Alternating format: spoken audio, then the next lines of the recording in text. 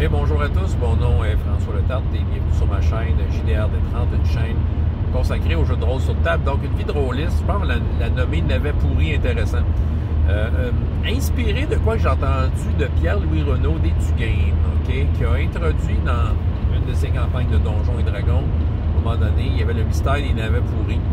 De la façon que j'ai compris que c'est arrivé, parce que je ne l'ai pas vu, c'est qu'à un moment donné, il est arrivé sur la table le cas des navets pourris, les joueurs ont décidé de s'en intéresser. C'était peut-être pas ça la quête principale, ou du moins le point d'intérêt classique. Et ils ont inventé autour de ça de quoi de bien intéressant.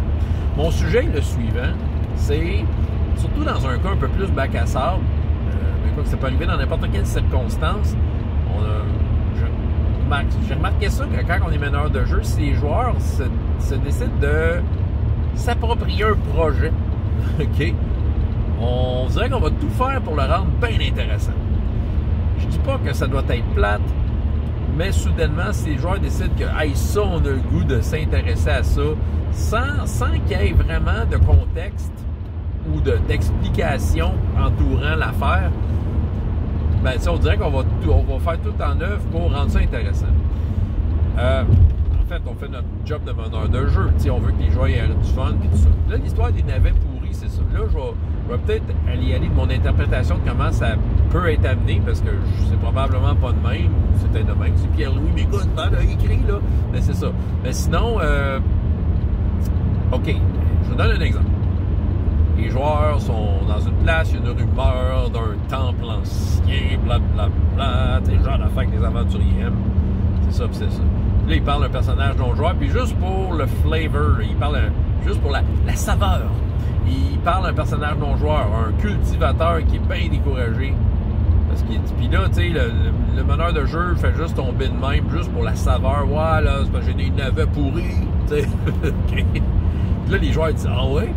Là, ils s'intéressent au gars. Fait que là, nous autres, c'est sûr qu'on embarque, tu sais, ils s'intéressent à quelque chose, les joueurs déjà en partant, on est contents. Fait que là, un navet pourri. Fait que là, on renchérit ces navets pourris, tout ça. Tu sais, on s'est entendu qu'à la base, une histoire de navet pourri, c'est supposé être banal, tu sais, c'est supposé être plate. C'est ça, c'est pas supposé. Tu sais, c'est un agriculteur qui a une mauvaise récolte, tu sais. Puis, c'est ça, tu sais, les joueurs auraient juste pu passer outre et aller vers le temple. Puis peut-être juste oublier l'histoire des navets pourris. Mais là, étant donné que ça intéresse des navets pourris, là, soudainement, notre cerveau de meneur de jeu se met à marcher. Oh ouais. Là, on s'imagine de quoi, là? Il y a un démon de la terre qui pourrit les navets. Fait que là, ça crée un problème, là, c'est ça. Fait que là, les joueurs veulent aider le fermier. Ils se sont attachés à ce personnage non-joueur-là, non prévu, là, qui n'a même pas de nom encore. Appelons-le Bob. Fait que là, Bob, le cultivateur, c'est navets pourris. Ben, venez avec moi. Fait que là, on invente une aventure autour des navets pourris. Tu sais, puis là, c'est ça. Puis là, on a le droit, parce que le but, c'est que ça soit le fun. Mais tu sais, c'est ça, c'est cette tendance-là que je trouve ça un peu cocasse de dire que si les joueurs décident que, hey, ça, c'est intéressant, cette craque de mur-là est intéressante, on dirait qu'on a tendance de vraiment créer une aventure autour d'une affaire, même quand c'est banal, de dire, OK, ben oui, ben c'est parce que les joueurs sont intéressés à ça. S'il faut que ça soit intéressant, c'est vrai que ça serait plate de dire, tu sais, que Bob le fermier, ben c'est ça, mais il n'avait bourré. Que les joueurs constatent ça. Détection de la magie, rien. Le rôdeur check ça, aucune piste en vue. Tu sais, c'est ça. Puis ils finissent par dire, ben, t'as eu une mauvaise récolte, bonne journée. T'sais, on ferait perdre du temps aux joueurs, ça serait plate. Fait que oui, c'est le fun de mettre un démon en arrière de ça. Un démon! C'est ça, qui a pourri une navet. Bon, c'est ça. Puis on va être content de donner ça aux joueurs, mais trouvez pas ça un peu étrange? Fait que tu sais, peut-être qu'il y en a qui disent non, occupe-toi pas de ça. Peut-être, même moi, c'est peut-être parce que j'ai pas d'exemple en tête. Il doit être arrivé qu'à un moment donné, je dise un joueur, ouais, ben tu sais, cette affaire-là, c'est pas si important. Tu sais, d'essayer de pas vouloir créer justement une aventure au cours de quoi de banal, ou de faire perdre de temps aux joueurs, parce que, tu sais, il n'y a vraiment rien à voir. Il n'y a rien à voir, Sergent, là, ici, il n'y a rien à voir. Ben, c'est ça. Mais des fois, on a tendance à vouloir faire plaisir aux joueurs et créer de quoi? Ah oui, je le savais qu'ils n'avaient pourri, c'était pas normal. Ah, là, les joueurs sont bien contents. Ben, c'est ça.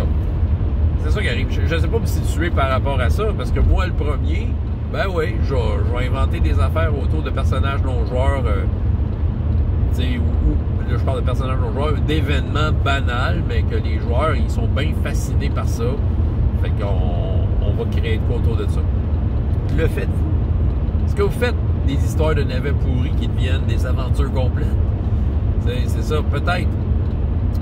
Écoutez, il y a peut-être moyen de relier les navets pourris avec le fameux temple. Ah!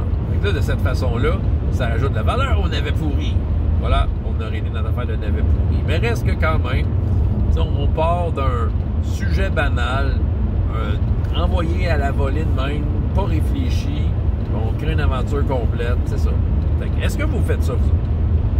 Je suis curieux d'entendre vos anecdotes. Fait que François Le Tarte de JDR Détente, et jusqu'à la prochaine fois, il y a autant de plaisir dans la vie que dans les jeux. Au revoir.